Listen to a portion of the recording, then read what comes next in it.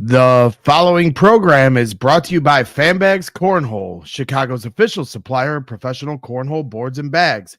Choose from any of their officially licensed designs or have my boy Brian design a custom set using anything from a selfie to your company's logo.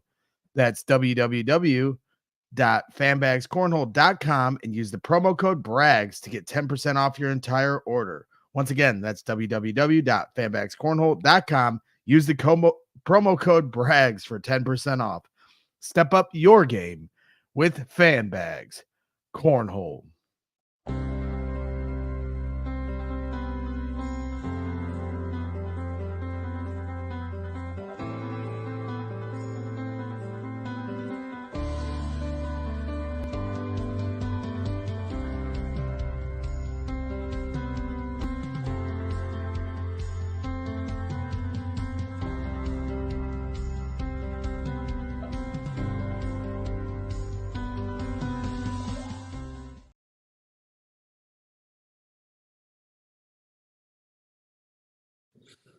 It's Zach Eady with Purdue men's basketball, and you're watching Boilers in the Stands.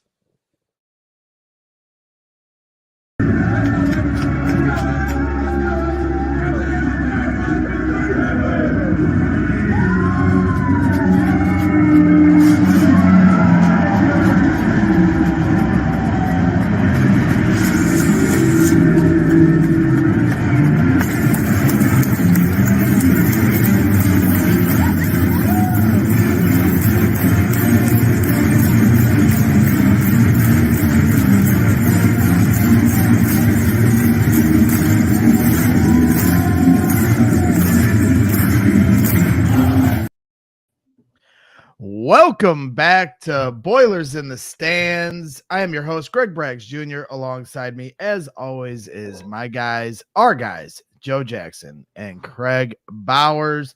So that does it. All the teams that get an automatic bid are in. Luckily for Illinois, they were able to win their conference championship, so now they'll be able to get into the tournament.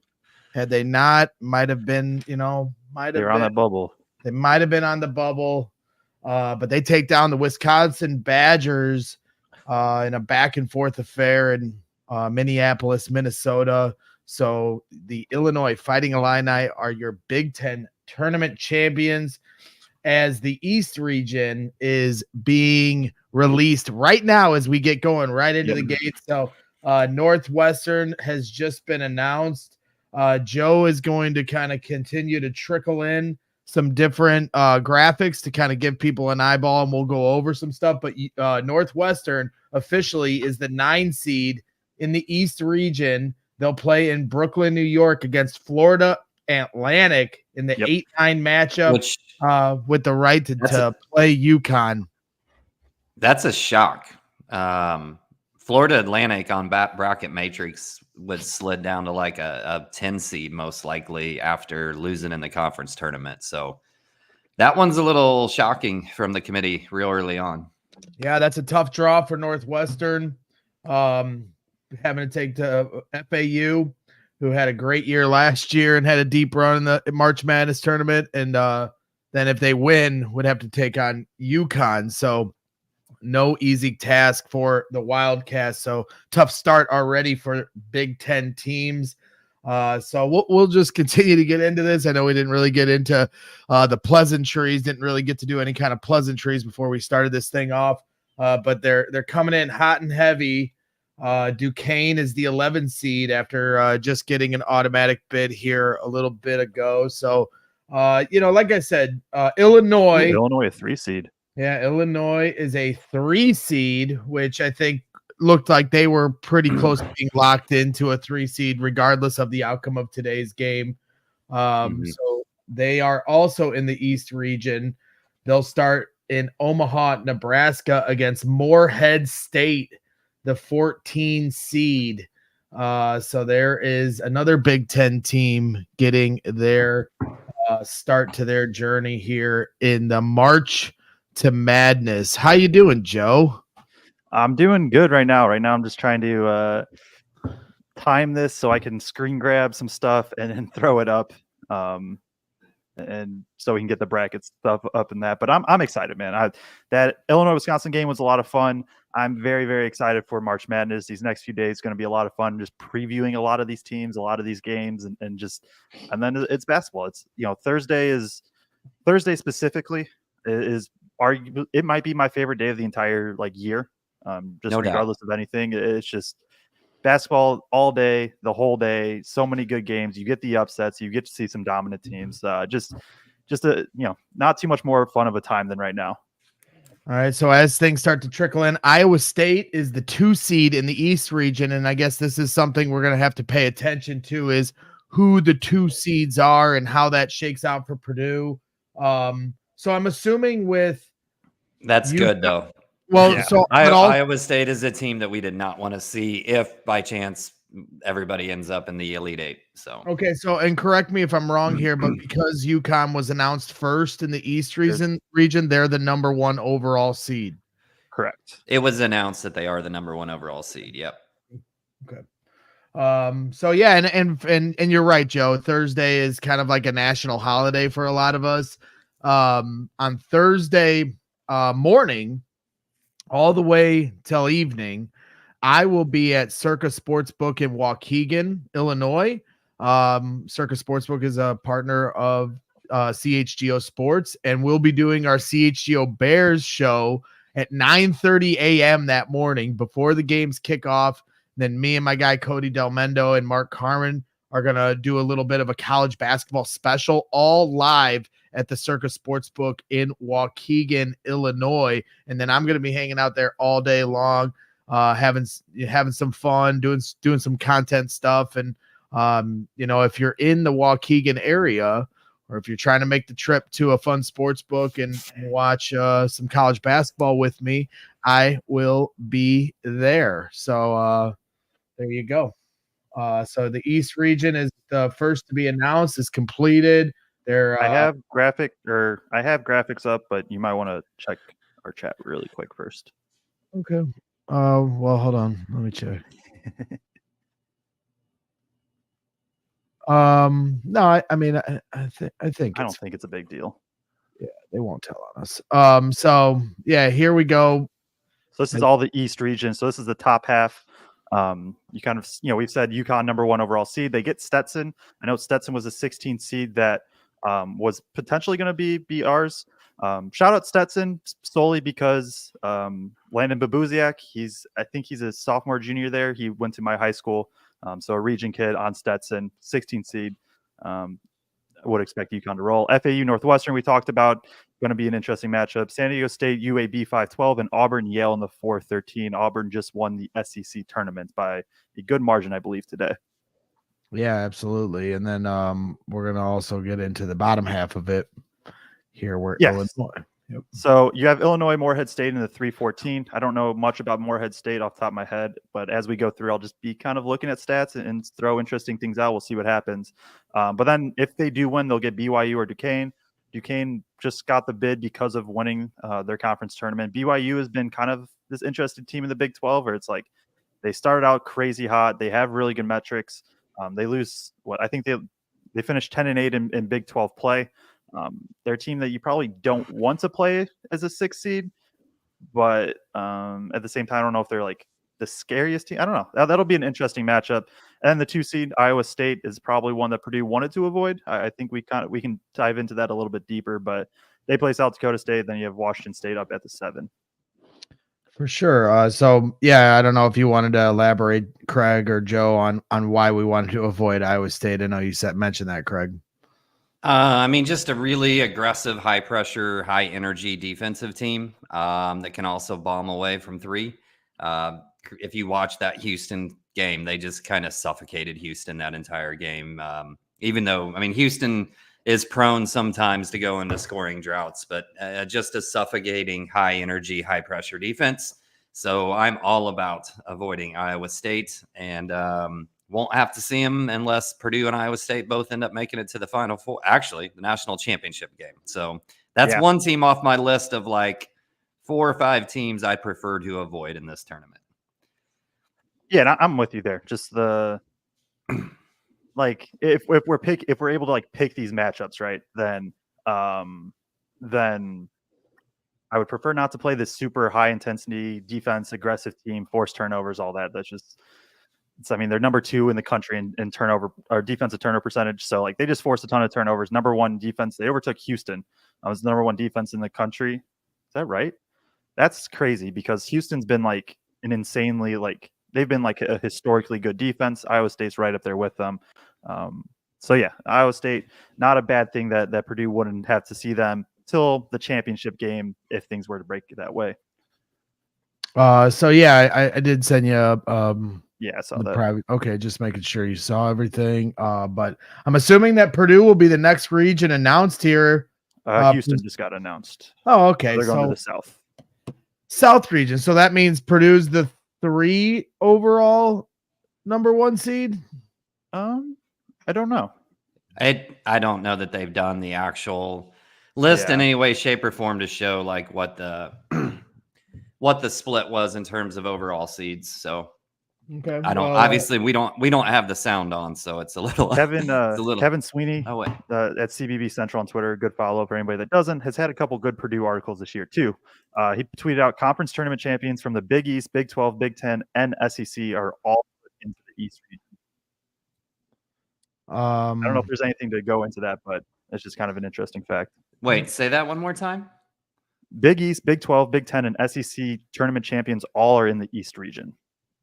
Oh, well, Brian Bennett asked in the chat. Champions. Brian Bennett asked in the chat, which team do you want as a 2 seed? Which team do I want as a 2 seed? Let's I'm gonna run over to Bracket Matrix real quick and double check and make sure I see what's there. As you do. We've played all 3 of the other 2 seeds and beat all 3 of the other 2 seeds. In all honesty, with where things are at right now in terms of injury, give me Marquette. Okay. Scott White is saying the broadcast said Houston is the number 2 overall seed. Really? Nebraska and Wisconsin both just surprising. get announced. Nebraska, the 8 seed, Wisconsin, the 5 seed in the South region. Wisconsin gets James Madison, who, if anybody does remember, they happened to already beat a Big Ten team this season on the road too. Oh, wow. Yeah, and Wisconsin, and always that tough 5-12 matchup, like you said. James Madison, 31-3 on the season. It's always an awkward thing for a team that just lost their Big Ten tournament championship to have to sit in a room with the camera right on you and then react to your draw. Could be. It just got announced. Duke's the 4 seed, so if Wisconsin and Duke win, that's a matchup that Badger fans would. What that was right? That was the Wisconsin lost to them in the championship with the national championship. Yeah. Yep.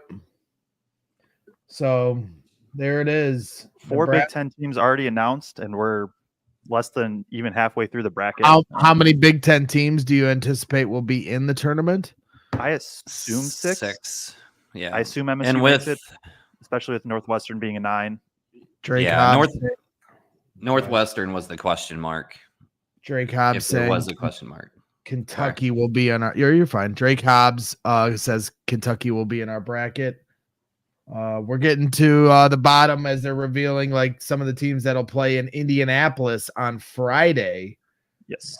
So some teams to look out for while we're potentially one thing to note. And this.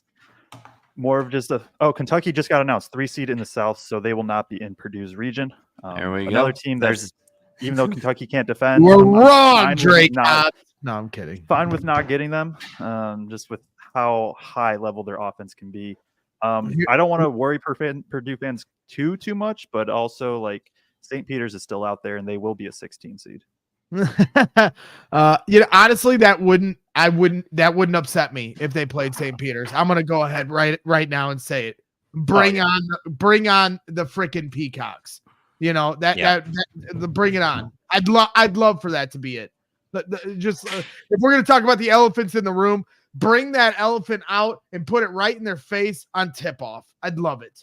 That if anything's gonna keep this team on their toes, it'd be the St. Peter's Peacock showing up in round 1. Let's go.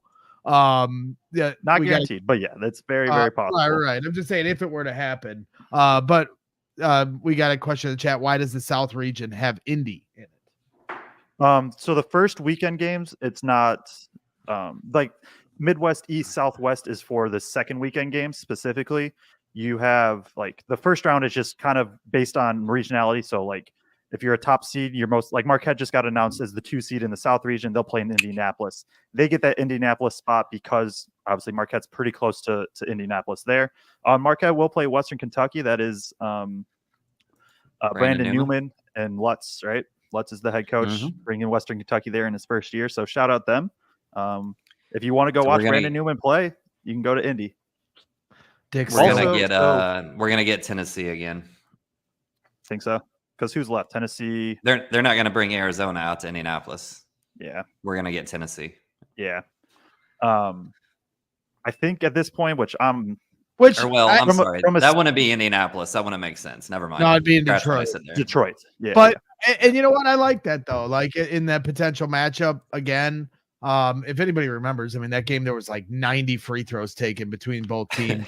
But also when we just talk about March Madness symmetry and stuff, I mean, Purdue and Tennessee, they have a history on both the hardwood floor and the football field. So Purdue, Tennessee got a little bit of a rivalry between the fan bases. And also anytime we talk about 2s or 3s, or 4s for that matter, we got to remember there's a lot of shit that has to happen before we get to that point for both sides. Of course. If Tennessee's whatever 2 seeds in our bracket, I hope we see them because that means we are in the Elite Eight battling for a chance to go to the Final Four. So as people are pointing out in the chat too, Western Kentucky will take on Marquette as the 15 seed, taking on the 2 seed in Marquette. Brandon already said that. All Joe right. already said that. I want to. Well, let's switch because I believe at this point, and they're going. No. But did he point out that Brandon Newman? Did he say Brandon? Yes, we did. I said if you want to watch Brandon Newman one more time, you can. Okay. Well, you know what? For those of you that don't know, the Chicago Bears traded Justin Fields last night after we did our post-game show. And so then I had to do a breaking news show at a drop of a moment's notice as my wife and I were getting ready to walk out the door and go to Tennessee. And then I proceeded after the breaking news show to be in Twitter Spaces. For those of you who don't know what that is, it's basically just a hangout space in audio form. And I was in that from about 8 p.m. till about literally 6:30 a.m. this morning. As Bears fans, we're venting all their frustration. So, it's been a long 24 hours for me. So forgive me if I'm not on my game here today. And we all know I don't listen anyway. So this really has nothing to do with my lack of sleep. I'll do my best here then. Boo Booey, he does get to play in his home state of New York in the first round. So that'll be cool for him. I also believe at this point, Purdue is guaranteed to play the 16th seeds from the play-in because Houston and UConn they have Stetson and I don't know who Houston's was, but I believe Houston and UConn both are not playing play-ins, and there's going to be 2 play-ins from the 16 games. So that would guarantee Purdue one. In terms of a content standpoint, it upsets me. I don't want to have to deal with that and on short notice and all that stuff. From a win or lose standpoint for Purdue, it happened last year and Purdue lost, obviously. There's, you can go either way where it's now Purdue gets less prep time, but also I would think Purdue's a harder team to prep for. And so if they are playing a play-in team, that means that play-in team is going to have to turn around and play Purdue on one-day prep. Most likely that the play-in game would be Wednesday that they would play from. And I could be wrong. Hopefully.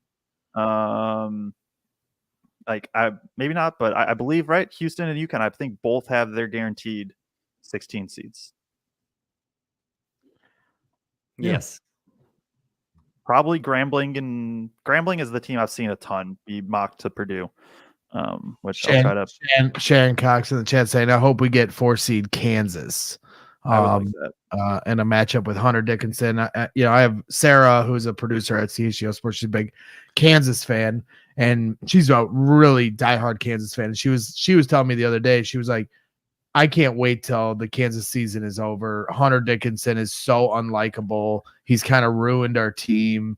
So it was just interesting to hear her. I mean, it's a singular perspective from a fan's point of view, but it definitely seemed like she didn't like, watching the team throughout the season and the chemistry they had with Hunter coming in. And she just said it's all or nothing with him. Some games he's hot, and then some games he's nowhere to be found. And, I think we all understand the ego and attitude that, comes with Hunter Dickinson. So, yep.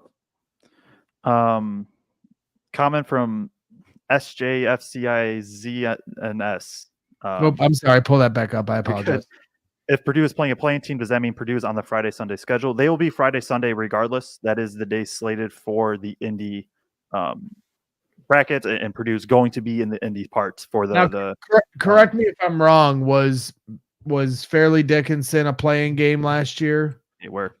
They beat Texas Southern. I was gonna ask you, like, would you prefer the team to have not played a game or have played a game from either fatigue or now they've got a little bit of momentum? I think and I think you could argue either way. Hold on, they're pulling up Midwest. So Purdue, we'll get back to that right after this. Purdue is announced 1 seed in the Midwest. They will play for I thought that they were just going to it, and they CBS hit me with a pump fake. Winner of Montana State and Grambling State. So Grambling State from the SWAC, the Southwestern Athletic Conference, 17-14 regular season, 14-14 in conference. Obviously, they win their Big Ten, or not Big Ten, their Southwest Athletic Conference tournament. 267th in Ken Palm right now. Not that all this matters because last year, obviously, but still stuff I will bring up. And then Montana State, 213th in Ken Palm, 14-17 regular season, 9-9 in conference play. But you win your conference tournament, you make it. And so that is who Purdue has. 8 seed that Purdue will, has with them is Utah State. The 9 seed is TCU. TCU is an interesting team. Okay, so Purdue plays winner Montana State, Grambling State, 8-9 in their bracket. If they do make it to the second round, is Utah State, TCU. Kraig, do you have any thoughts on kind of any of them, or should we just wait for the rest of this bracket and I'll kind of announce and then we'll go from there? Why don't we wait until we get through the bracket stuff? In 5 general, seed Gonzaga, 12 seed McNeese, which is McNeese is the conference that Aiden Kuntz coached in this year. McNeese is a very good, like, low mid-major type. So that'll be interesting. They draw Gonzaga in the 5. So yeah, I mean, that'll be in Salt Lake City, Utah. Waiting on the 4-13 matchup. We're hoping to see Kansas, but Duke is still out there. No, Duke's not out there. No, Duke. I'm just Duke trying to got stall taken us off the board. 4 is Kansas, so that is who. Yeah, I'd have been happy we get with as the Duke, 4 too. seed right there. And they will play Samford, who Purdue beat very, very early in the year. Samford, like, for anybody that didn't keep up, Samford had a very good year. They really did. 29-5, 15-3. Their only losses at Purdue, at VCU, and then they lost 3 road games in conference. So that'll be an interesting matchup, just with Samford's ability to, I mean, even though it was a huge loss to Purdue, you saw them have the ability to create some turnovers, knock down some threes. So I don't know if Kansas loves that first round matchup, but it is what it is. So we're getting now. In that regard, though, I mean, Kansas or Gonzaga, if they were to, be the eventual matchup to Purdue, I like that matchup for Purdue either way. I really do. Yep. It's a mini Maui bracket again. That is true. If Purdue is able to make it that far in a 4-5, either of them will have been in Maui. 6-11 seed. So South Carolina, which is the big surprise team from the SEC, had a great year, was projected to be like bottom 2-3 in that conference. They play Oregon, who got in purely because they won the Pac-12 championship. 3 seed is Creighton. And again, we're getting to the point where the only way Purdue plays any of these teams is if they're in the Elite Eights. So it's, you can say, I'd rather have this 2 or 3 seed, but at the same time, you're only playing them in the Elite Eight, which anybody would take at this point. And correct me if I'm wrong, but on the top side of this bracket, that would mean for the chance to, or if you got to a Final Four, it would be Houston potentially as the 1 seed. I believe that's how the bracket fell. Mm-hmm. 7 seed Texas, and they play. Virginia does sneak in as the 10 seed, the play-in. Virginia versus Colorado State. They will play Texas. So Virginia, Colorado State, 2 of those last 4 ins. That's a 10 seed this year just because the bubble was absolutely nuts for anybody. I assume a lot of people were following, but tons and tons of bid stealers, and it just kind of pushed that playing game up to the 10 seed. 2 seed Tennessee. That is who Purdue gets in the 2 seed. That's who we were kind of thinking as we got to this region. So that's Tennessee, Gonzaga, and Kansas, and Purdue. 4 of the 8 Maui teams in the Midwest region here. Obviously, Purdue beat Tennessee. That would be, man, Twitter would be something that day if that were to happen. And Tennessee draws St. Peter's. So St. Peter's actually jumps to a 15 seed. Good for them. Wouldn't that be something? So, okay. So that is the entire Midwest. If somebody wants to take over while I try to get stuff really quick. Kraig. You're like a solid minute in front of me, I think, Joe. So like you're saying these things, and I'm why don't we just start to break it down, Kraig? I don't know where you want to start, whether it's Purdue, also, Grambling I want to jump in really, really quick. If anybody finds a graphic on Twitter that shows the bracket, can you please like link it in the chat or something? That would just be very, very helpful to me. Continue. I'm sorry. Yeah. I mean, obviously, none of us have had time to really like jump in and dive into any of this so far. Just looking at some things over on Ken Palm and Sports Reference. Certainly, I don't know with all these smaller teams. One of the very first things I look at real quick is how many turnovers they normally create, because I'm looking to see if we're going to play somebody that's like a super fast paced, super high pressure, pressing type of defense that creates a lot of turnovers.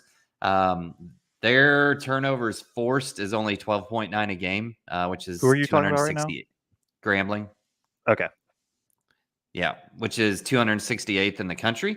So that's something that I look at and see as a positive for us, Joe. I don't know.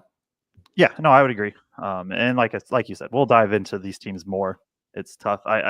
This is the unfortunate thing with them being also the playing game. It's like I'll do my best to dive into both as much as I can. No, we're just reacting to it. We're not. No, I'm saying during the week. I'm saying during the week. So and then our plan is for Wednesday evening to do a show, tournament preview show where we have a little more. This is a reaction show, and then on Wednesday we'll do a tournament preview show where we have a little more time to really get to, break this stuff down. And we break this stuff down. I mean, Kraig and Joe break this stuff down, and I hang out and listen to them, and it's a lot of fun. So, so let's just go through some of this. We got the Midwest here on Friday, and if anybody gets a hold of what time these games are, that'll be announced. I think after the full brackets. Okay, so they kind of go through them. As we mentioned earlier, you got Purdue and Grambling State or Montana State in the 16 seed matchup. They got to break that down, and then whoever the winner of that takes on Purdue, and then Utah State 27-6 on the season taking on TCU, who's had some games where they can look good, and then other games that they've obviously dropped at 21-12 on the year in the 8-9 matchup. Gonzaga, the 5 seed, once again taking on McNeese, the 12 seed, 30-3 on the season. Gonzaga falls into the 5-12, which is always a scary matchup for teams. And then Kansas, Samford, 22-10 Kansas, a 4 seed taking on Samford, 29-5. For you guys, anything else that you guys kind of want to touch on with that, or thoughts? I mean, if you just want to look at it without necessarily getting into matchups, Gonzaga was projected to be a 7 seed by most people at this point. So you can look at this and say, we got one of the weaker 5 seeds that are out there potentially in our bracket. Kansas is dealing with a couple of significant injuries. Haven't looked real good of late. You could say we got one of the weaker 4 seeds out there. Obviously have to get to that point. TCU and Utah State both could be potentially dangerous teams in that 8-9 spot, but certainly are teams that Purdue should be able to handle. I think it sets up relatively nicely for an Elite 8 run. Yeah, it's exciting. And as Chad P says in the chat, one game at a time, 100%. I mean, Obviously, yeah. Yes, of course. It wouldn't be much of a preview show, guys, though, if we were just like, you know what, we're Yeah. only going to talk about Trust Grambling State. No, Montana. I get it. Like, I get it. The jinx. You know, I'm very superstitious, so talking ahead and counting your chickens before they hatch is a dangerous game. So, but at the same time, like you said, we're gonna break this thing down. So Thursday, the Thursday matchups on the bottom half of the Midwest region, South Carolina once again. What the hell did you just do? This is just a different graphic. Okay. That might be a little more comfortable. Yeah, no, it's fine. So yeah, you got South Carolina and Oregon. You got Creighton, and I'm just gonna go back to the other one. You're fine. You got Creighton. Michael Gordon for that graphic though. He tagged me on Twitter. Thank you, Michael Gordon. We'll get the full bracket out here soon. Creighton and Akron in the 3-14 matchup. Texas and Virginia, Colorado State. I mean, in Texas being the 7th seed. I mean, when Purdue got to the Sweet 16 a couple years ago, they had to beat Texas in their second round matchup in Milwaukee. And that was a tough game for them. Texas had a lot of firepower. And then obviously we all understand the history with Virginia if they're potentially in that game, but they got to beat Colorado State to get there. And then Tennessee and St. Peter. So there's a lot of Maui. It's like the Maui regional, but then there's also a lot of Purdue history within this region as well. So there's it's all this symmetry. I'm always looking for those kind of storylines and stuff. So as the West region is getting revealed as we talk, North Carolina, obviously the 1 seed. Michigan State's a 9 seed. Michigan State in the 8-9 matchup. Wow. So they made it. They made it. Yep. Because they were certainly a bubble team. So Michigan State that's both MSUs, Mississippi State versus Michigan State. That's a and like North Carolina is completely beatable if Michigan State can get there. I know that Michigan State hasn't had the greatest of years, but they have talented players, so no, if you're MSU, you have to love this draw. Like absolutely love it. Even Mississippi State isn't. I mean, Mississippi State's been solid. It's they're pretty good. They're almost like Michigan State in that just a good defense, and they get enough from guard production on offense to be relevant mostly. So that's going to be there. Yeah. So as it keeps coming out, St. Mary's versus Grand Canyon. Is Dan Marley still coaching Grand Canyon? Wasn't Dan Marley coaching Grand Canyon a few years ago, or no? Am I wrong about that? Isn't it Bryce Drew now? Is it? I think it is. Yeah. I know that Grand Canyon's got a great college basketball atmosphere. Alabama, the 4 seed, taking on Charleston. So as the West region continues to get revealed here, we do have a $5 super chat here from Dick Stillwagon. Is it unprecedented that we have 3 teams we already beat in our region? It sure seems odd. I guess I don't have the history on that, I guess, but because you don't tend to have a lot of teams from your own conference in the same bracket. I mean, you only have so many non-con games, and there's only going to be so many strong non-con matchups that are tournament teams. So right, that certainly would seem like an oddity. Doesn't it speak to the fact that Purdue just plays so many good non-conference teams? You're not going to be able to keep everybody out of their region that they've played, and Matt Painter scheduled them all. Yeah. Craig, if you got something going. Appreciate your support, Dick, and anybody else that wants to throw in a super chat. That certainly is a way you can support the show in a monetary way, but we appreciate everybody tuning in. So please hit that like button while you're hanging out here. Subscribe to the channel if you haven't already. We'll let the brackets get completely finished as far as their reveal, or have they?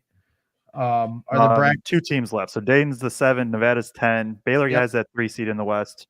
2 seed is Arizona in the West, and then the last team that'll be announced is going to be in just a second. And then once we finish with that, we'll take a quick commercial break, and then we'll try to get to a full bracket. And do you want a full bracket picture?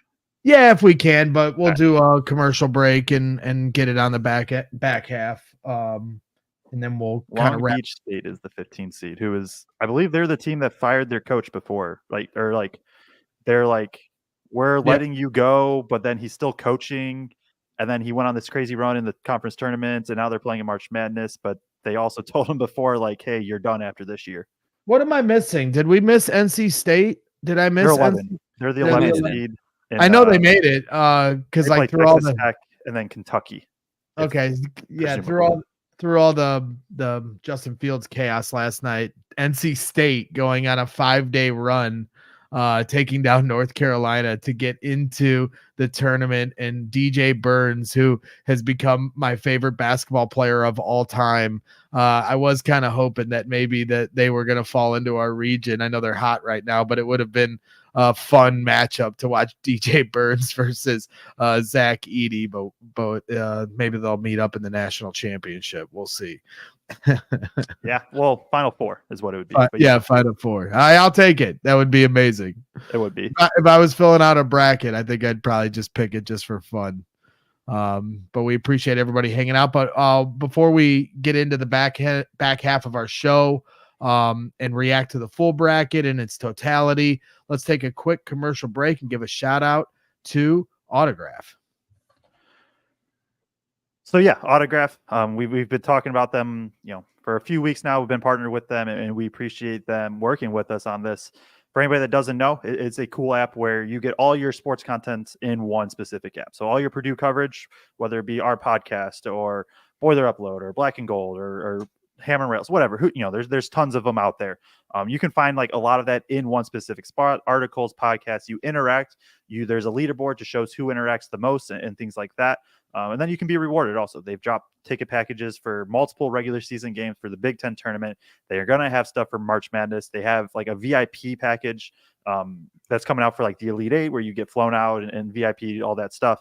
And it's free. You use code BITS. There's a little QR code there. We'll throw up a big one in a second. You use code BITS, log on, free, one app, single spot, and now you get rewarded for your fandom. You get and just like I guess it's sort of like a competition. Not like a friendly competition of who interacts the most, who consumes the most Purdue stuff, or other college teams, whatever you want. It is also now on Android, so we do appreciate them working with us and sponsoring the show. Yeah. And once again, just for me, just an app that I absolutely love because it actually rewards you for just being a fan. You get awesome opportunities, like Joe said, at cheaper tickets to win at unique fan experiences. And all you got to do is consume the content that you're already consuming. Just do it through the app instead. Yep. So as I try and get these brackets up, there is the QR code from Autograph that you can just scan it. Simple. Use code BITS. It's free. Easy to use, so definitely recommend everybody going and doing that if you have not already. Trying to get these last little bit of graphics ready to go, and then we will talk about the rest of this. But yeah, Kraig, I'll throw it to you. I know we kind of went through it quick, and we haven't had much time at all to digest anything of what just happened over the past 40 minutes on what was an insane bubble. Is there anything that pops out to you in terms of snubs or got in or misseedings or just anything big picture that kind of stands out? Well, I mean, I think obviously we're all disappointed Indiana State didn't get in. Just with the amount of teams that were on the bubble that were good teams, it was going to be hard for them. But in terms of a metric standpoint, they're a team that was really good. From that standpoint, maybe didn't have the best resume in terms of the strength of record that they played, but really good on the metric side of thing. And I think for me, the committee likes to say that they take into consideration injuries to a degree. Indiana State's two worst losses, both came when one of their starters was out and injured. Would have been nice if they would have taken that into account a little bit more. But again, the line was so razor thin this year. I don't know that this is a year where you can take somebody on the bubble and just really scream about being snubbed because there were so many pretty good teams that were still on that bubble. In terms of misseeding, to me, Gonzaga being a 5, what was Michigan State, an 8 or a 9? 9. Michigan State being a 9. There was another one that I mentioned when it came out, and I forget who it was now. I mentioned it as it. I'm just scrolling through, seeing if anything pops in my head with what you said. It was definitely Gonzaga. It wasn't like St. Mary's, FAU, Northwestern. No, it wasn't them. Anyway, I can't remember exactly who the other one was that surprised me in terms of where they ended up on the seed line. But yeah, I don't know. I guess it's a little bit shocking to me when you're looking at Gonzaga, especially at a 5. Yeah. So. Yeah, and I think so. The last there's a graphic on Twitter I'm looking at. Last 4 teams in: Boise State, Colorado, Virginia, Colorado State. First 4 out: Oklahoma, Seton Hall, Indiana State, and Pittsburgh. Oklahoma is probably the biggest. I think Oklahoma was the team that was pretty unanimously put in by most bracketologists, or a very large chunk. They're the first team out. I know because I've been prepping a little bit for the past couple weeks, just getting some basic info together and stuff. And like when I was looking, I was prepping Oklahoma as like a 7-8 seed. This was like 2 to 3 weeks ago, just because I knew that a lot of the Big Ten teams were going to fall in that 8-9 area. So Oklahoma not making it is surprising. I agree with the Gonzaga thing a bit. I'm surprised Northwestern is the same seed as Michigan State, whether that be Michigan State. Well, I don't know. I guess I'm more just surprised both were the 9 seed. If Northwestern was and Michigan State was a 10, it would have made a little more sense to me. I'm glad that the Northwestern 9 seed means that they weren't like discounting or they weren't pulling like a Florida State in college football where it's just like, hey, injuries, because that could have happened. That very easily could have, and they're a 10 seed or even a first 4 in type team. I'm glad that they get the respect they deserve there. Tough bracket in terms of having to go through UConn second round, but I mean that's 3 Big Ten teams are and Northwestern's a 9 seed, MSU's a 9 seed, Nebraska's an 8 seed. Northwestern would have to go through UConn most likely in the second round. Nebraska would have to go through Houston, and Michigan State would have to go through UNC. So then when on top of like Michigan State probably being a little bit higher than what we expected, they probably get the easiest one. Not probably, they get the easiest 1 seed out of those 3 teams. 100% of just like I would say Nebraska and Northwestern would trade spots with Michigan State in a heartbeat in terms of the potential to make it as far as possible. Maybe I'm wrong there, but that would be my thought. Yeah, because Nebraska's in whose bracket? Is that Houston? Yeah, they have Texas A&M and then Houston. Yeah, that'll be rough. So you could argue that UConn had a pretty tough draw for being the number 1 overall seed. Yeah, I mean, I think the 8-9, because I'm not huge on FAU, so I think the 8-9 isn't bad I'm just at all, speaking from but they just showed the 1, 2, Yeah. 3, and 4 seeds. But Iowa State is the 2, Illinois is the 3, Auburn is the 4. Iowa State might be the best 2. If not, it's probably Tennessee at this point. Arizona's up there. Iowa State's probably the best 2. Out of the 3s, it's Illinois, Kentucky, Creighton, and Baylor, which is a little funny because that's Illinois, Kentucky, and Baylor are all high offense, no defense, and even Creighton is better defense, but they're still known for their offense. So I think that's maybe a bit of a toss-up. And then the 4 seeds is Auburn, Duke, Alabama, and Kansas. I would say Purdue probably got the best one out of those 4 in Kansas. But also, that's at the end of the day, it's Bill Self in March. Like it's not if Purdue ends up playing Kansas, it's not like that's just a cakewalk by any means. But Auburn might be the toughest. Auburn or Bama are probably the 2 toughest 4s to me out of those 4. So yeah, I would say this Without a doubt. after the first weekend. We'll see how it plays out. But even San Diego State, they draw on their ends. Not the best draw probably for UConn. And then they've got the selection committee chair on CBS, and I guess it says he's from Carmel, Indiana, or at least he's speaking from Carmel, Indiana. Either way, Carmel's getting a little bit of shout out here on the March Madness. That's where they're based out of. Oh, that's where their headquarters is. Okay. And that NCAA headquarters is in Indy, and then the selection committee meets in Carmel, the wealthiest area in Indianapolis area. Yeah, it's quite lovely there. Yeah. No, I think UConn in some ways kind of got a bum draw here, but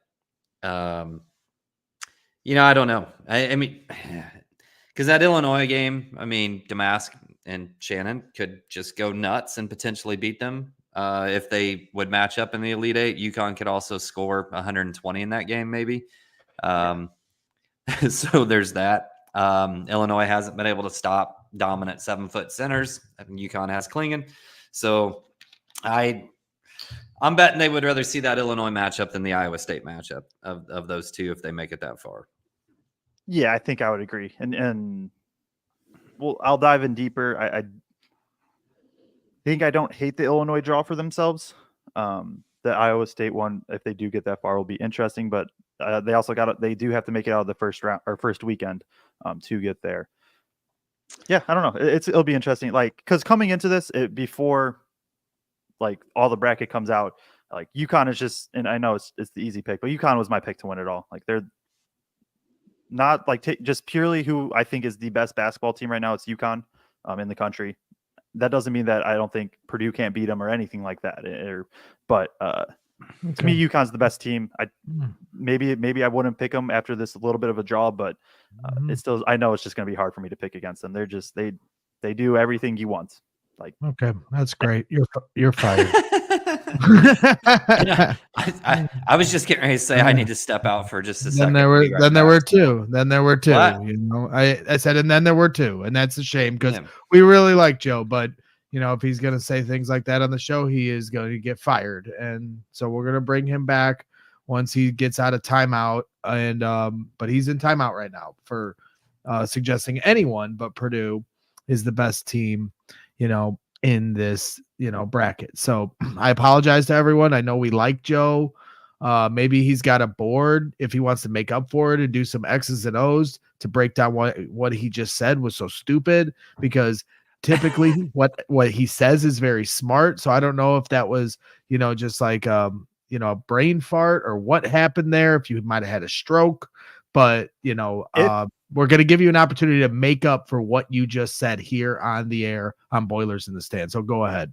I'm going to be honest. I stepped away for pretty much all of that. And I'm just going to come back and I'm going to fire away of like, I hope Purdue plays UConn because I think that they absolutely can win. And it probably would be the most out of like, at least like the realistic, quote unquote realistic, right? The high seeds. I think Purdue UConn would be the best matchup in the championship. And last year there was the complaints about, the March Madness being just whatever with all the low seeds winning. Purdue UConn matchup would be crazy fun. That's two of probably the two best offenses in the entire country. Two of the best coached offenses in terms of running sets and actions, and like just from an X's and O standpoint would be a lot of fun to watch. If Purdue plays UConn, I'm gonna pick Purdue. I'll just say that, I guess. Yeah, you better. I will, honestly, or it'll be the second time I fire you this month. So, or I guess that would be in April, but it's okay. And that's why, you bring fair analysis. There's very few people that have an understanding of as many teams as you do across the country and the college basketball landscape. So we respect your expertise that you bring to this show. Just don't ever do that again to us. Okay. I will say, I don't quite get Purdue being the third seed or the third number one seed. I understand it. It's more of just like Purdue did just lose and UConn won, but then even like Houston, like Purdue has, I would say, the better resume than Houston. And I mean, and our guys at Delphi Bracketology, they do the homework pretty hardcore, as we had Brian Tonsoni on last week, and they had Purdue as their number one overall seed. And typically they get these right. There's been years where they've gotten it 100% perfect. So that's, this is their bread and butter. And so they disagreed with the committee. And there is no arguing that the Purdue's resume is better than anyone's. If you want to say that Houston's a better team or UConn's a better team and Purdue needs to prove it, I won't argue with you, Carl. Hararo in the chat saying, I agree with Joe. Purdue needs to show what they can do. If this entire team ever puts together a total complete game, it will be an event not to be dismissed. I don't think Carl meant it that way. I understand the sentiment of like Purdue hasn't been as sharp as of late, but like they put some complete games together. It's not like they've not done that this season. They absolutely have. Yes. I don't know if that's how you meant. You know how it goes with reading in text and all that. Just it gets taken different ways. Karen saying, Karen Growlock saying, not getting out of Indianapolis bracket is not favorable to us. Keep your head up, keep your chin up, Karen. We'll see what happens. No guarantees in this life. But I will say this much to all the Purdue fans. And let me just tell you right now, every single one of you in this chat and all the Purdue fans around the country and all the Purdue fans that are going to be in the greater Indiana area, you are to go down to Indianapolis and get your tickets to Gamebridge Fieldhouse and root on this team like you never have before. This is Zach Edey's final season here. This is Mason Gillis's final season here. This is Ethan Morton's final season here. This is Lance Jones's final season here. These guys, it's been a special group.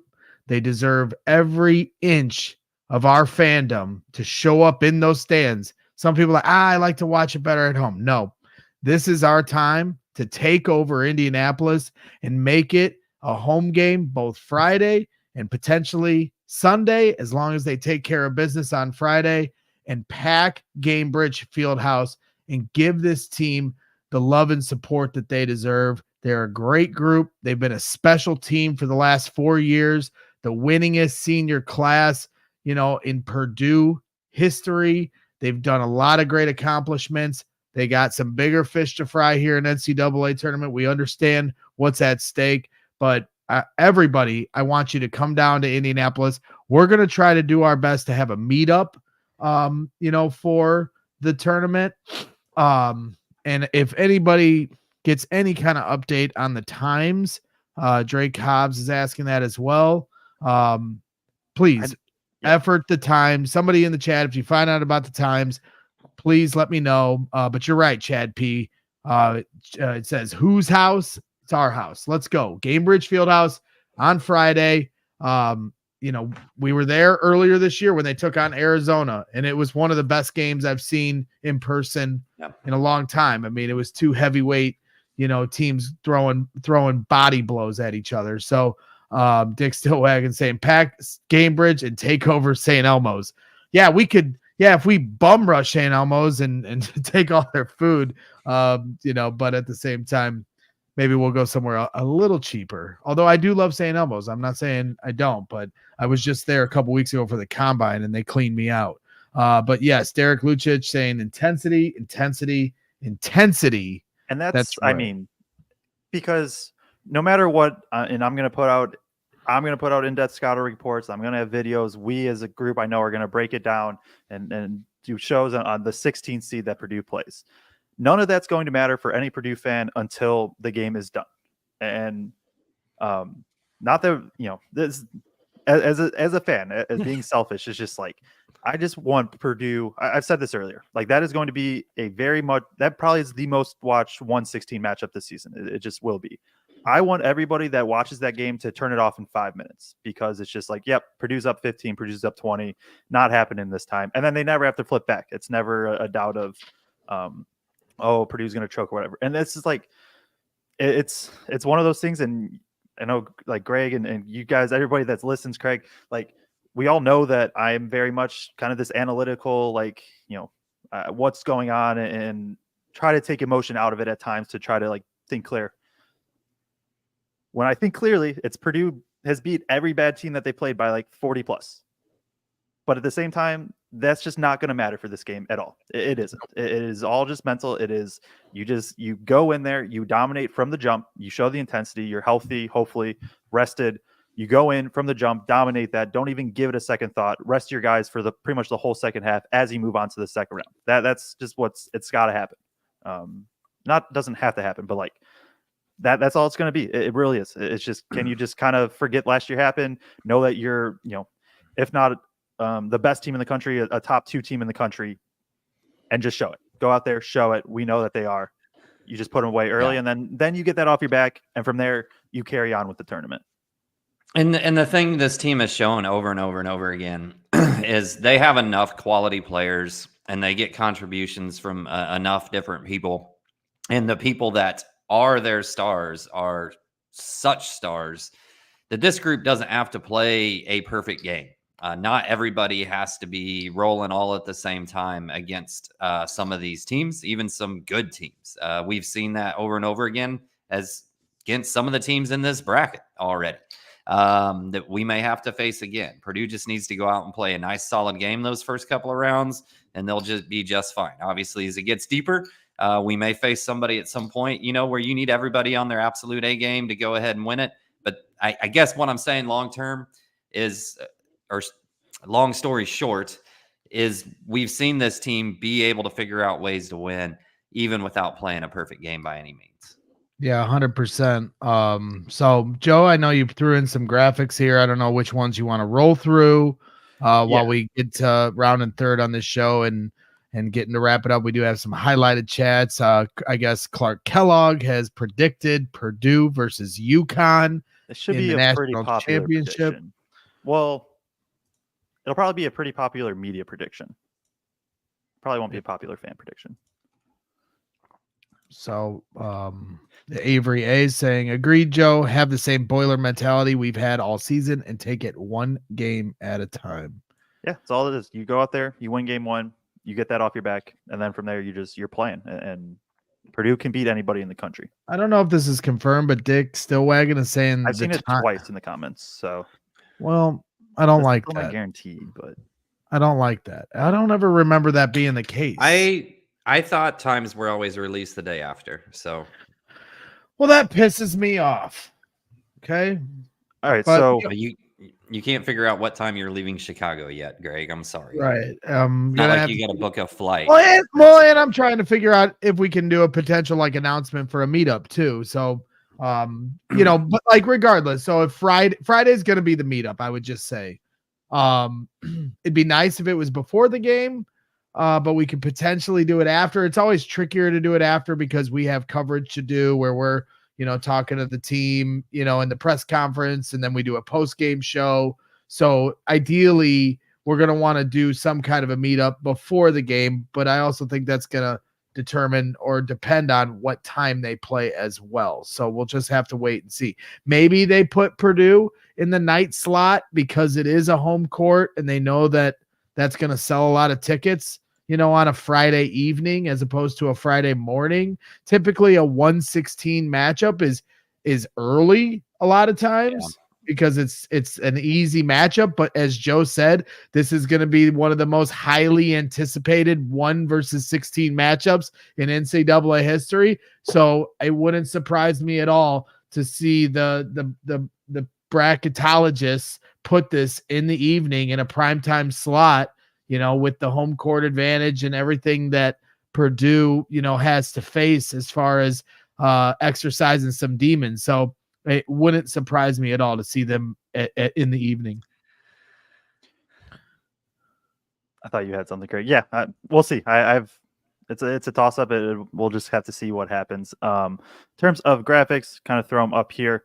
So the left side is the West, right side's the Midwest. It's kind of just the only way I could get it all in one. So any of these teams that you see, like West and Midwest, they would meet in the championship. They're on opposite sides.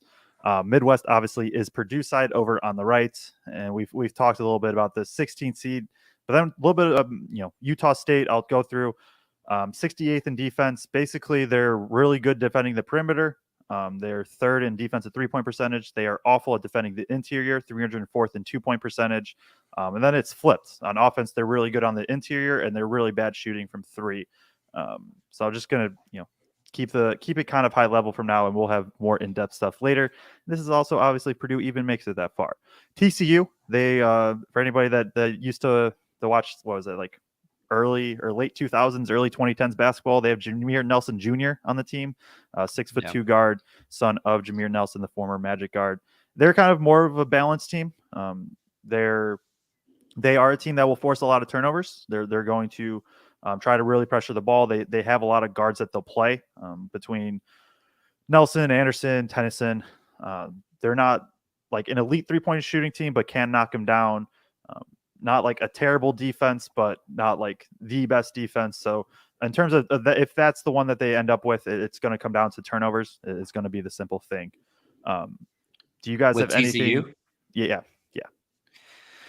Yeah, because I mean, with TCU, I just looked this up a second ago. They're 22nd in the country in terms of turnover percentage forced by their defense. Yep. So, yeah, that's I think if you're looking at that between a matchup versus TCU or Utah State, personally, I would be rooting for Utah State to win that one. I think Purdue can handle TCU just fine. But in terms of just matchup and style, in terms of knowing what's given us problems in the past in the big dance, I would be rooting for Utah State in that matchup specifically. I did speak wrong earlier when I was trying to look at a number on Grambling. I read that stat completely wrong. They're actually not bad from a turnover percentage standpoint too, ranked 59th in the country, forcing 19.1 turnovers. In terms of turnover percentage, 19.1%. So that's between those two teams. If you're looking at Montana State or Grambling State with rooting interest, Grambling State is going to be the one that's a little bit more, I think, up in your grill, trying to force turnovers, just in terms of how many turnovers they force in a game. Percentage wise, they also play extremely slow. Grambling State has the 314th tempo in the entire country.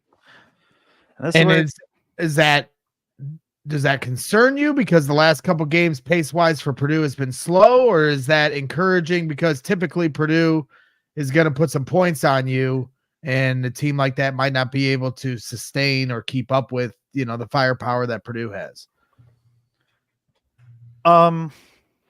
So it's weird talking about this because last year happened, and I'm like, last year happened. It is what it is. It was an anomaly. It happened. In terms of like upsets, right? These big time upsets, usually a team wants to play, like the best way to do it is you play at an extreme.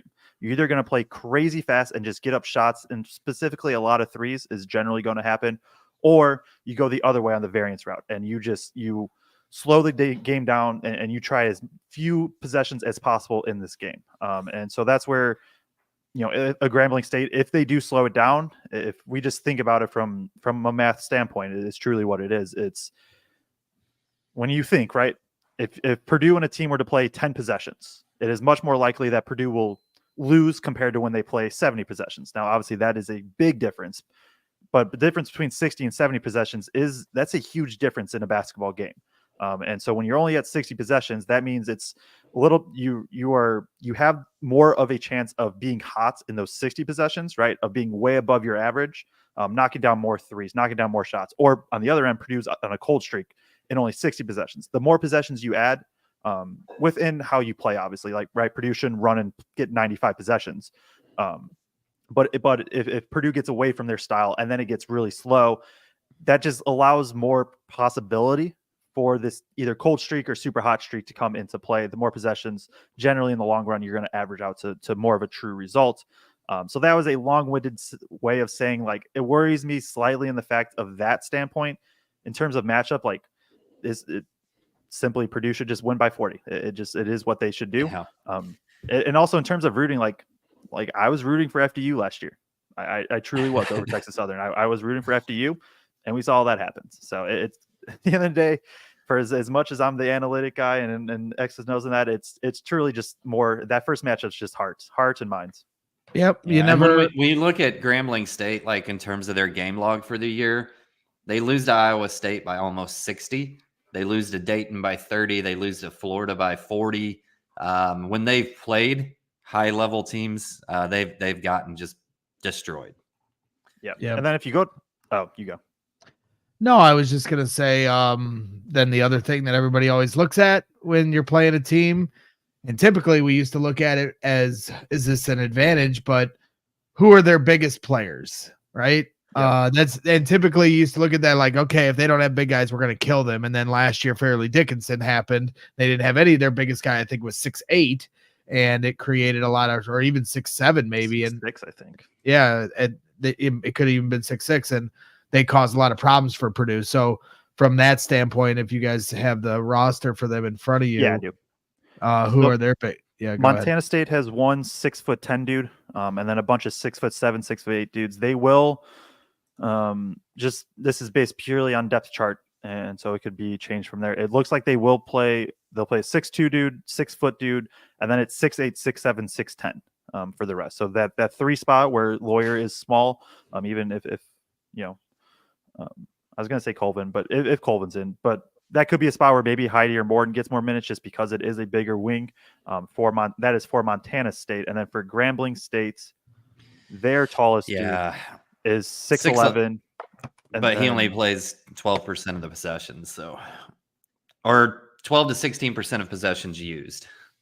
Yeah, he's not high usage. Right. He plays a little over 20 minutes a game, and then gotcha. they have 2 to 3 6'7", 6'8" dudes, and then they are smaller. They have a lot of 6'1", 6'3" guys, 6'5" guys.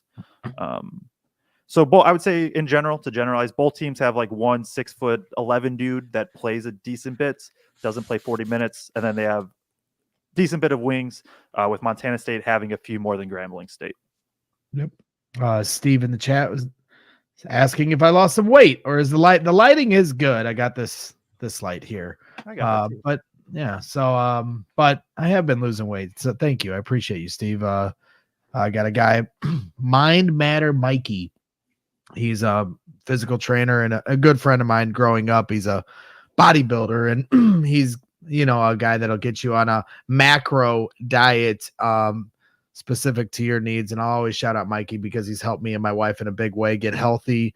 Over the last year, we've done his program 4 or 5 times, and I'm down about 50 pounds over the last 8 or 9 months and looking to lose another 30 pounds. And so been going to the gym and dieting every day and going to the gym 5 or 6 days a week. So I appreciate you, Steve.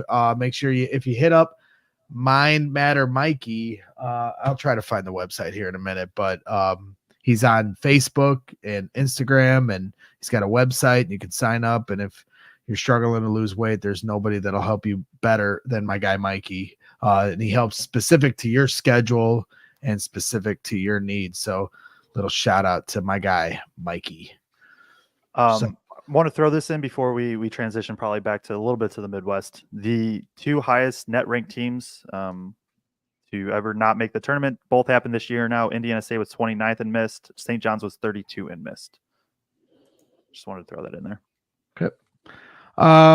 Anything else? I mean, we don't have to necessarily go 12 rounds today because, as I said before, this was more of a tournament reveal and reaction show, instant reaction. And I think we'll do a tournament, preview show on Wednesday. Maybe see if we can get Bobby Buckets or somebody to jump on and see if they want to hang out for a little bit. But I think we'll be able to do more extensive, research and have a little more of an educated opinion on what's to come here these next few days of the tournament. By the time we get to Wednesday, do you guys have anything else before we get into the highlighted chats and then call it a night? Do I have anything else? I feel like I did, and then I lost it. So no. Yeah, I guess the only thing, when we're looking at a bracket reveal, we're trying to react to, things that would jump out right away of like, oh man, that's a team that scares me, or this or that. And you look at this bracket and there's maybe one team on here that would have been on my list total of teams like I'd rather not face. Outside of that, I think this bracket is really clean in terms of presenting an opportunity for Purdue. That obviously doesn't mean anything because you never know what's going to happen in an NCAA tournament. But as a Purdue fan, you have to look at this and knowing what this team has done all year, and you've got to feel pretty good about what your chances are for your team. Yeah, 100%. We had. Go ahead. I'm sorry. What was that? What was that face you just did? I was just go ahead. But what was the face? What was that? I don't know. You did a thing where you were like smacking your gums. What was that? I don't know. What the hell? What just happened? Heather Garrison in the chat said, can we find these live shows? She asked us the other day, so maybe she wasn't in when we explained this, but Heather, on the Autograph app, once it's downloaded to audio, correct, Joe? Somebody help me out with how. Yeah, I got you. So our live show, no, is not. They pull from our podcast feed, so it has to be waited to be uploaded to like our podcast feed, and then they're able to pull it from there. So after these shows, I download the audio, upload it, and so I don't know how long it takes for autograph specifically to get it. I assume it's at the same time that you see it populated on like Apple Podcasts or Google Podcasts. So no, live show's not there, but you will see our podcast after a few hours of the show. Bill is saying that was a sheep impression. I think that's what it was. I think he does these involuntary sheep impressions because he's around sheep, and so it just came out. Tariq Kamel said, sit Smith until the 8-9 matchup. No. Okay. We don't pull any punches once we start the tournament. Like in an ideal world, Braden Smith plays like 20 minutes because he plays like 15 in the first half and 5 in the second. And then it's just like, you pull him from there, which like, I think that's the thing that's been like slightly overlooked with just because, last year was bad. And the year before, like Purdue took care of Yale in the first round. They lost to St. Peter's in the Sweet 16. Bad loss, but it was in the Sweet 16. Like they still took care of a bad team. And then the year before was that North Texas team in OT, which was more of Purdue wasn't at the level that they're at right now. And still, again, you should have won that game, but at the same time, it's not like, although it's I don't know exactly what I want to say here. It's like, even though that Purdue has had bad losses, it's not like they're just like set up to lose to these bad teams. Now, at the same time, you got to go out and win, and I think they should, but it's not just like it doesn't automatically mean that this should be a close game. It shouldn't. Blake Widmer's taking a little bit of not exception, but maybe pushing back on you guys. He's saying, y'all realize Utah State is a top 20 team. And then he added SDSU getting a 5 seed and Utah State getting an 8 is crazy. Where are you seeing Utah State being a top 20 team at? Yeah, I mean, Utah State was projected in bracket matrix to get a 7 seed. So there may be 1 seed line lower than what people thought they might be. But by no means are they like crazily seeded wrong. They're 48th in KenPom. And like, I'm also going to throw out, I think I caught like one half of Utah State this year.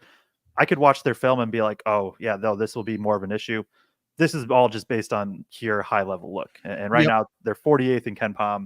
Their defense is, like I already went through. I don't have to go through all that. But, right. And we're gonna let on right now. And Joe's, I'm sure you're gonna do just like you did last year, where you're gonna do film breakdown and post it on your page and feed the post and do your thing where you really break both teams down extensively. Maybe go through a whole game of each team and show how they kind of execute their system on both sides of the court. And we look forward to those breakdowns. And then when we come back on Wednesday, we'll have a more educated analysis for you. So are you guys good? Bill, he was talking about the AP poll. They're ranked 18th in the AP poll. So I personally couldn't care less about the AP poll. I understand it's to me, it's just a fun thing. It does never has represented what a team actually is. It's more of just a fun, like, because you have so many voters and they vote on so many different things, and you're voting on realistically 362 teams. Obviously, like 30 to 35 is realistic to make the poll. You're not watching all the games either. Like, it's a tough thing to do. So that's I understand then that makes sense why you'd say that they're a top 20 team. For me personally, I don't care about the AP poll.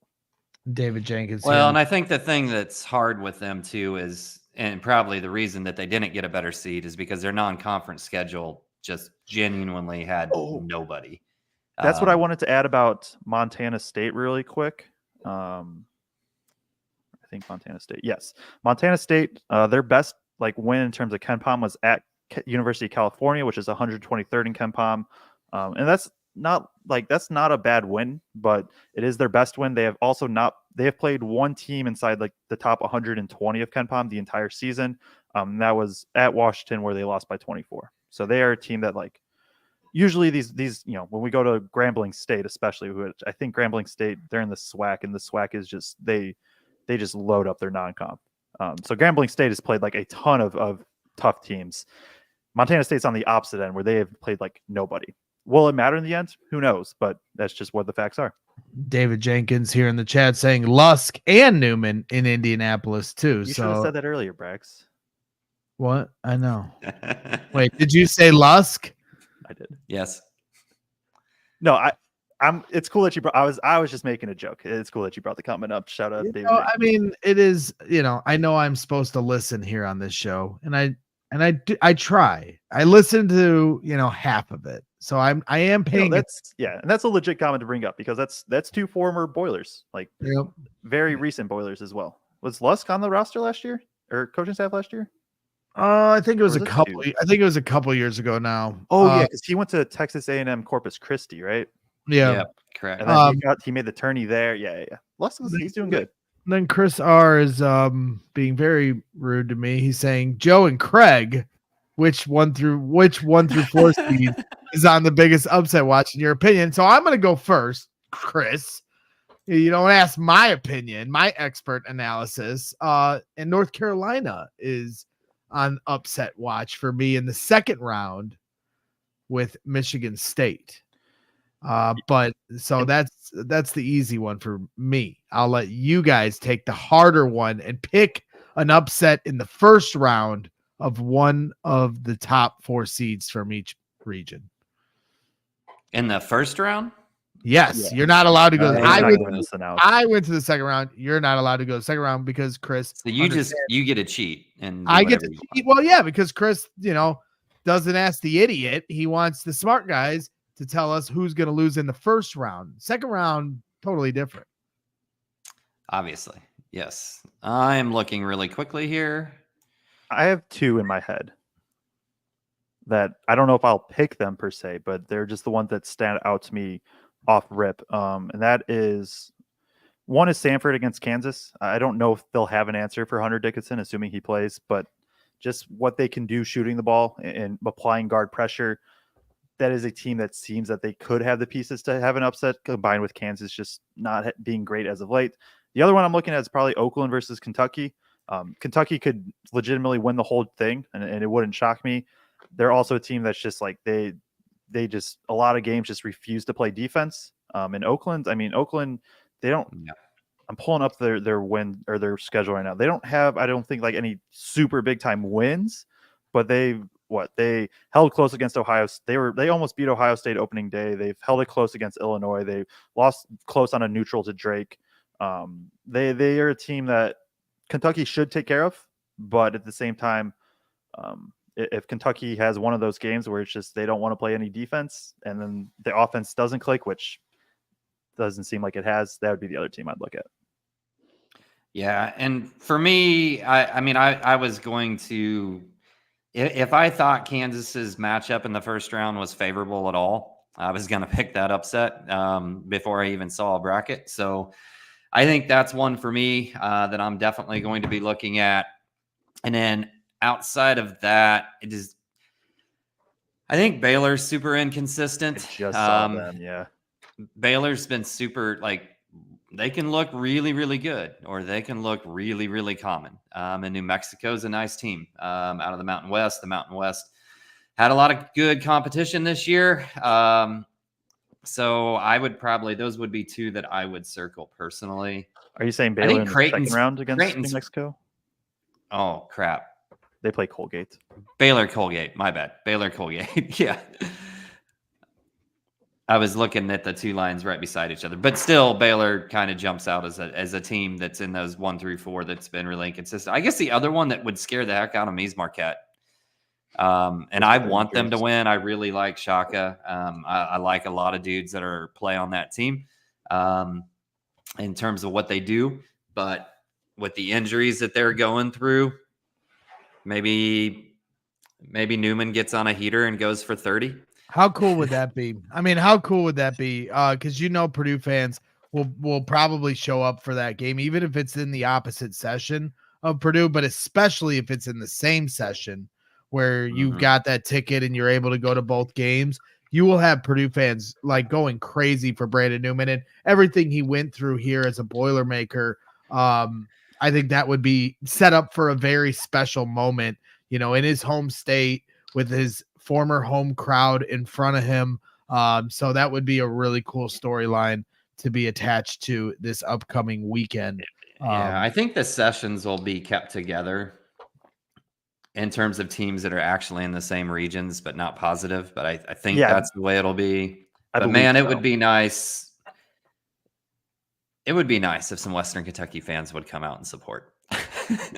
Because if not, there's a really good shot that wherever Purdue plays all year long, that, well, with any number one seed, right? If a game gets close, the crowd's going to turn.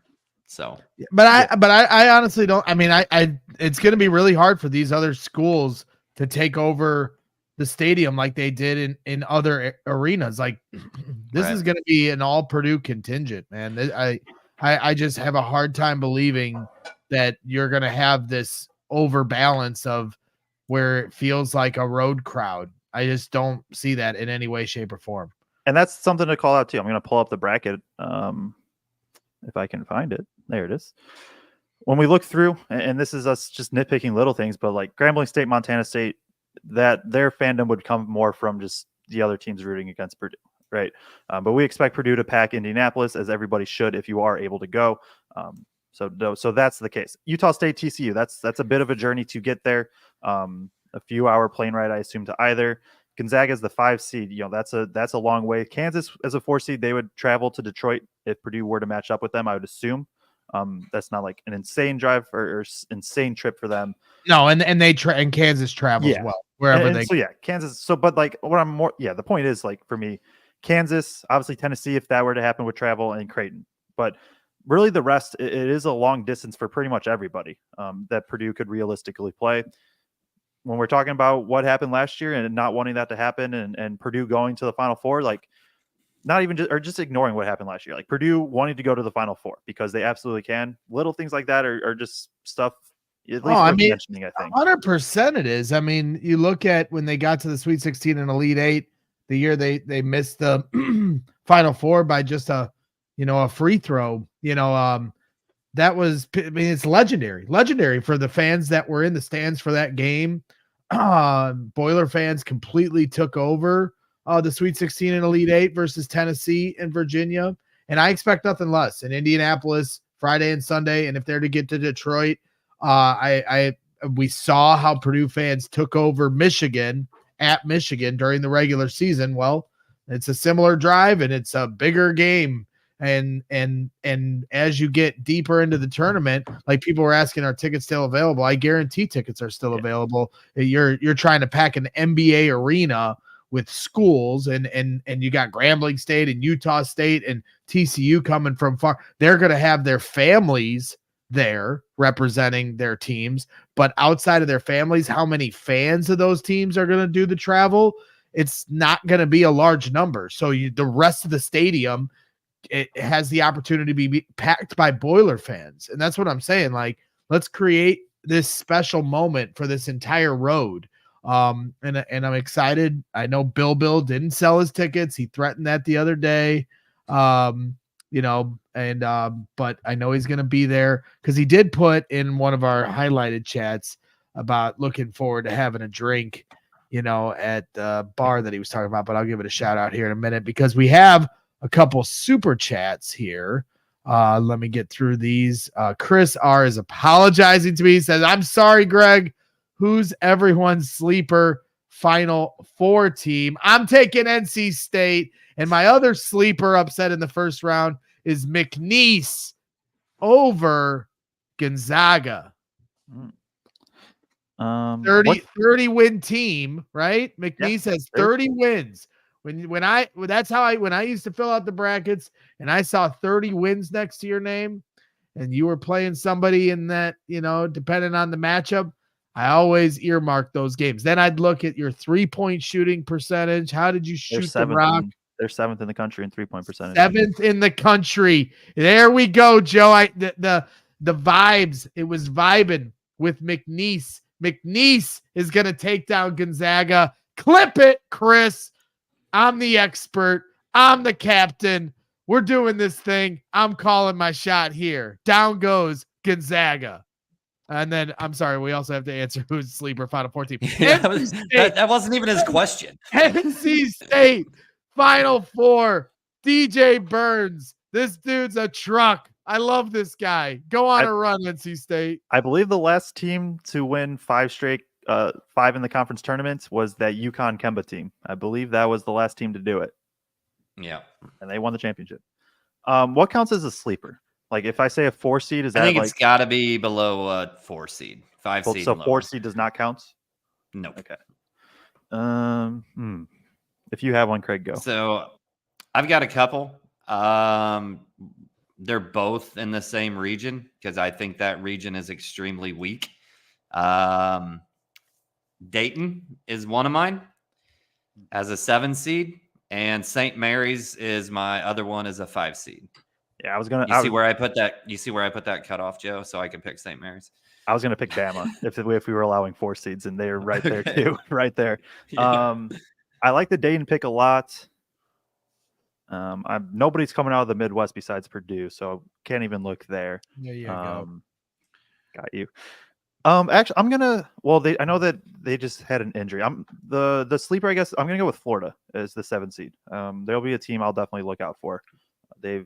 I think they've had a pretty solid season, and yeah, I think they'll be a team that I will be looking for sure. And they draw Marquette in that second round. We'll see what the health is and all that, but there we go. All right, there's that. Let's start getting through some of the chats and call this a night. We're approaching the hour-and-a-half mark here on our bracket reveal show. We appreciate everybody hanging out. Please hit that like button and subscribe to our YouTube channel if you haven't already. Beth Monin on YouTube giving a $10 super chat, and we really appreciate that. Beth saying, I would not have survived this season without you all. Thank you for the recaps and the information. We appreciate you, Beth, for tuning in this season with us. We are having a lot of fun doing this, so thank you for the super chat and the love in that regard, and we appreciate your viewership and support to what we're doing here. So I already pulled up Dick Stillwagon's $5, right? Earlier because I blacked out. So I'll take that one off. Drake Hobbs calling the shot. James Madison will beat Wisconsin. There's his upset alert. I don't know how to say this name. SJFCIZNS. They're in here a lot, so we should give them a nickname. That's easy. Shivzins. Just read the damn thing. Shivzins. If Purdue is playing a team, if Purdue is playing a play-in team, does that mean Purdue is on the Friday Sunday schedule? Purdue will be on Friday, yes. And we do not know the time yet. Chad P says 1 game at a time. Yes, we know all Boiler fans need to remember to take it 1 game at a time, but we are going to look at what the rest of the tourney presents. Yes. Big Ten teams are seeded number 1, number 3, number 4. Wait, what? Who was the 4? That was a typo. That should have been a 5 for Wisconsin. That's okay. Shane. 1, 3, 5, 8, 9, 9. Windy City Twins here in the chat. These are my guys doing some Chicago sports coverage. Said between the Fields chaos and Derrick Rose retiring last night. Yes, I fell for the fake Woj bomb that Derrick Rose had retired, and then proceeded to announce that Derrick Rose retired live on the air for our breaking news Justin Fields show that had probably 7,000 live viewers tuning in for me to say that dumb shit on the air. It's okay. It's the first time it's happened. You'll be fine. Hey, Stacey King, who calls the games for the Bulls, also fell for the fake Woj bomb. And why we're faking people out about a Derrick, like it's one thing to like fake somebody out about a trade or something, but like why are we faking people out about Derrick Rose retiring? Like, come on, people. Shivzins. Is there a Boilers in the Stands bracket group or competition? We don't have one. I've like been done with brackets for the last 5 or 6 years because literally all I care about is Purdue's success in this thing, and so I'd probably just pick Purdue to win it anyway. But do you guys have something going over at Boiler Diehards, Kraig? Yeah, we always have a bracket challenge if you're in the Boiler Diehards group that you can sign up, and we do mail a trophy. There's always, there's a bunch of people. I don't remember exactly how many were in it last year, but there's hundreds of people in it. And if you win, you do get a little trophy in the mail. So so if you go to Boiler Diehards on Facebook, sign up. That's a great place that has over 11,000, 12,000. Around 12,500. Almost 13,000 subscribers to the Facebook page Boiler Diehards. So make sure you go there and hang out. They do a great job over there. Craig's been doing a great job over there for a long time. Brad Solt saying, Braggs, Joe, and Craig, thanks to the three of you for an awesome season of Boilers in the Stands. I appreciate your time. We appreciate you tuning in. And we got plenty more to come. Got plenty more to go, Brad. Absolutely, Joe. Well said. Yes, I did when I named it's the last season for Edie and Morton and Gillis and Lance Jones. Of course, I'd be remiss if I didn't bring up Chase Martin and Carson Barrett coming off the bench.